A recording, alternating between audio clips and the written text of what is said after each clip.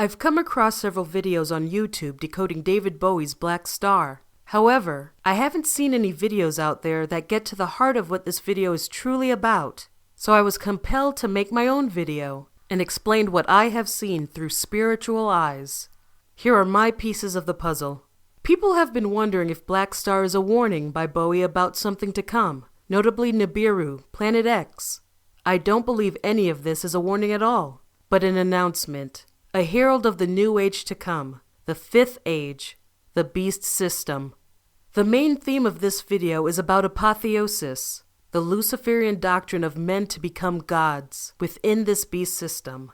To understand the mindset here, Luciferians and occultists, the majority of the world's elites, the Illuminati, don't see Lucifer as the devil or an entity of evil, but as the light bringer who fell to earth.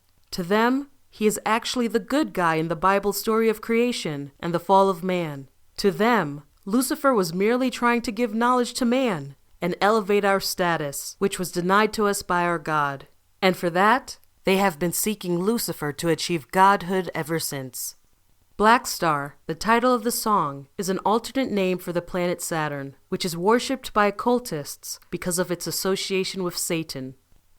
So here we are. We finally find out what has become of Major Tom. We see a young woman approach the astronaut, and we see that she has a tail. It doesn't have a spike at the end of it, but it does make me think of something demonic. It's a harbinger of things to come in this video.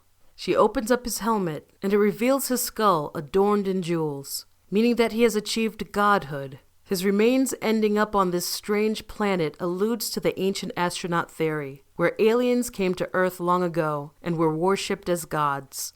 A word about this. Most Bible-believing Christians have an understanding that what many people understand to be aliens are not extraterrestrial, but are actually interdimensional beings from the other side. Not from the other side of the galaxy, but from the other side of the spiritual veil. And they're what the Bible describes as fallen angels or demons. They've been worshipped as gods in ancient times for the power they possess beyond human understanding. Today in the fringe subculture, and even mainstream culture marginally, aliens are still revered to some extent as being a source of infinite spiritual knowledge and advanced technology. Now, before we assume that the biblical understanding of the alien-demon connection is far-fetched, I want to quickly show you something. The Luciferian occultist Aleister Crowley, whom both David Bowie and Darkstar director Johann Renck are admitted fans of, often ritualistically summoned and established contact with a demon named Lamb. Crowley sketched a portrait of Lamb after one of his sessions, and this is what he looks like. Notice anything familiar? This was in 1917, long before the concept of UFOs, aliens, and alien greys were mainstream concepts. Blackstar opens with the lines, "In the villa of all men, in the villa of all men, stands a solitary candle.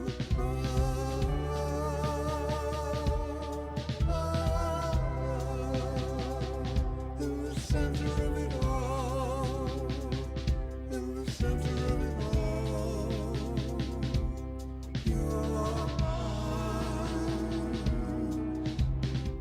Ormen is Norwegian for serpent. The serpent represents Satan in Judaism and Christianity. And for Luciferians, who refer to the devil as the light bringer, the light of the flames from this candle represents Lucifer.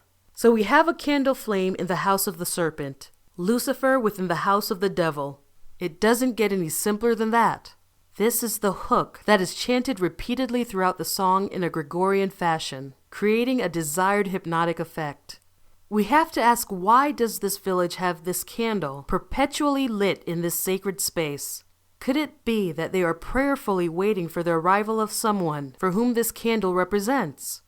We see Bowie in another dimension on the other side of the veil as a messenger in the form of a spirit. Remember, he knew his death was coming.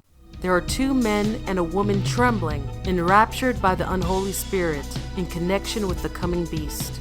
We hear feverish saxophone playing, denoting the intensity of demonic energy driving through them. They are perhaps representative of the spirit itself. It could also be that the twins, one black, one white, not only represent the Illuminati's black and white symbol of duality, but also opposing elements that are needed to create energy, like the negative and positive charge of a battery in a spiritual sense. The woman, being female, capable of bringing forth life and energy, is the conduit for the output of this spiritual alchemy down to the earthly dimension. They are all in the attic of this A-framed house, representing the capstone of the pyramid of the all-seeing eye. In the subconscious, attics often represent repressed thoughts that are being revealed, and connection to the higher self, not to God, but the self as conceptualized in the New Age and Luciferian doctrine. So again, this is all linked to apotheosis, becoming a god. The skull is placed in a reliquary to be revered, similar to what Catholics do with relics of dead saints. Skulls, whether real or replica, are commonly used in witchcraft and black magic for necromancy, connecting with ancestors or the mighty dead. It is also believed to hold the spirit of the person that it belonged to in life. You will notice that women play a major role in this video. Remember, in the Bible it was Eve who was first deceived by Satan in the form of a serpent. It was through her that sin came into the world. And you will soon see in this video that it is through women that this new age beast system will be born. Young women gather, and at the bottom third of the screen, we see a curved beam of light which represents the rings of Saturn, encircling them all. What would be the center of Saturn's ring but Saturn, the planet of Satan? Bowie gestures his hands toward the twins and the woman. It is evident that he controls them, and their spirit energy, in turn, moves through the group of women on the other side of the veil. We now see that the rings of Saturn completely engulfs them as they become enraptured by the unholy spirit. Now, we see Major Tom's skeleton ascend up to the heavens, seemingly a mockery of Christ's ascension. Saturn's ring continues to go around the women as they form a circle. We see a wheat field here, alluding to separating the wheat from the chaff, sorting out the valuable from the worthless. Bowie's blindfold is finally off, and he now sees the truth, and he proudly holds up his Blackstar book, which is a Saturnalian Bible, to a source of light, the spiritual truth that is shining upon him. He and his instruments keep their eyes on the unseen source of light that moves off screen. The light spirit sings in the wind, and Bowie briefly sings with it in communion before lowering his Bible. We have to wonder, what is this source of light? Could it have been an angel of light? Lucifer, the light bringer? It seems so. Bowie is back in the pyramid where he once was, with his eyes now open to the truth of the illuminated. The woman who discovered Major Tom is now able to commune with Bowie as a result of their new understanding and truth. They are psychically face to face and eye to eye. She gives him a wink, a sign of the all-seeing eye, letting him know that she understands this knowledge and is happy about what is coming. I found it interesting that she has a unibrow, which may be a hint of one-eye symbolism, and also a nod to artist Frida Kahlo, whose style of painting was categorized as magic realism. After establishing direct contact to the earthly realm, he begins to explain to us, the viewer, his realizations, as he sings directly to God. You're the flash in the pan. I'm the great I am. Blackstar. And he literally makes a childish nose gesture to directly mock God, the one true I am. According to Luciferian doctrine, he is now a god, and the God of the Bible will soon no longer be relevant. In the wheat field, we see 3 scarecrows on crucifixes, mocking Christ by literally saying that Jesus is a straw man, a sham. And what's being said here is that, like what scarecrows do to birds, Christianity is a sham set up to scare people into submission and keep them away from the truth. The scarecrows, one of them dressed as a Hasidic Jew, and the other possibly representing atheism or capitalism, gyrate in a disturbingly sexual and effeminate manner. What we see here is perverting the good with the bad. The sexual vibe given from the figures on the crosses, especially the one in Jesus' position, communicates that it is masochistic to sacrifice oneself for others. again mocking Christ and what he stands for. Something happened on the day he died. The spirit rose a meter and stepped aside. Somebody else took his place and bravely cried, I'm a black star, I'm a black star. Translation: the wheat will be separated from the chaff, and Jesus will be defeated and replaced by Lucifer. Bowie holds up his Saturn Bible again, this time in the scarecrow's faces from behind the veil. The climax of the video takes place. Ritualistically, the young women line up to form an aisle that the dark priestess walks down with the skull relic, 13 women in all. The women bow to the skull as it passes by them, like the beginning of a Catholic Mass. The priest turns and thrusts forward the skull, and the women start to shake, filled with the unholy spirit. The women form a circle, representing the ring of Saturn, and fall to their hands and knees, still possessed by the spirit moving through them. Bowie's image blurs, and so does the image of the women. Everything is changing, and the veil is starting to lift. And now we see the entire body of the candle.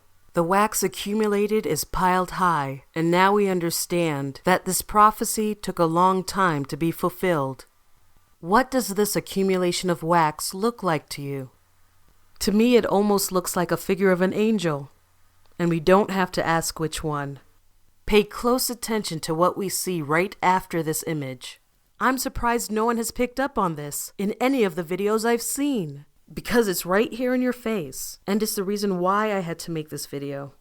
The beast is finally revealed. With charms and rings, he looks like a grotesque, dreadlocked, Cthulhu type of being, with horns. But instead of them being on his head, the horns are on his hands. It almost appears as if he's carrying 2 sickles for a harvest. He's dancing a dance that was moving within the twins and the women the whole time. The beast is bursting with aggressive energy, like a boxer about to get into the ring, ready to fight and claim what is his. The women are attuned to the beast's presence from beyond the veil, and they sway their arms back and forth into the ground in unison, creating a portal for his arrival.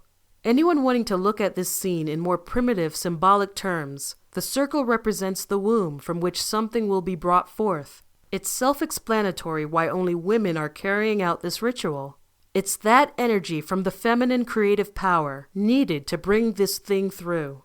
As one of the lines of the song said, on the day of execution, only women kneel and smile. In the center of it all, your eyes. Just as with the very first verse about the solitary candle and your eyes being at the center of it all. In the center of it all is Lucifer and his all-seeing eye. But your eyes are also there with his, because you too are becoming a god within the oneness. Remember, this is all about apotheosis and reaching godhood in the coming new age. We see the face of the beast, and it's also a portal-like circle. The dark priestess moves the skull in a circular motion, tracing the circle of the women formed before her.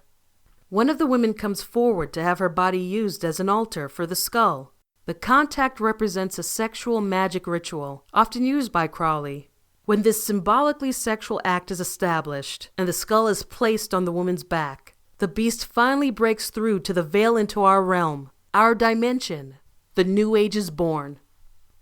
The beast is now in the wheat field to separate the valuable from the worthless. We see the Illuminati symbolism of red and blue. Symbolism used because this scene before us is what it's all about. The beast seeks out the crucified scarecrows and relentlessly attacks them as they scream out and writhe in pain, destroying them with his sickle-shaped horns, harvesting and separating the wheat from the chaff. What we are seeing here is spiritual warfare where Christianity loses. The straw man that is Christianity is destroyed with the truth of the beast and his system. Lucifer, Satan, wins. We see the city from afar and see bursts of light from lightning behind the clouds over the skyline, marking that the beast has arrived like a lightning bolt from the sky, as referenced in the Holy Bible. Whether you are a spiritual person or not, believe in this or not, this is what is being communicated to us, and it's for a reason. And whether you believe in this or not, it has an effect.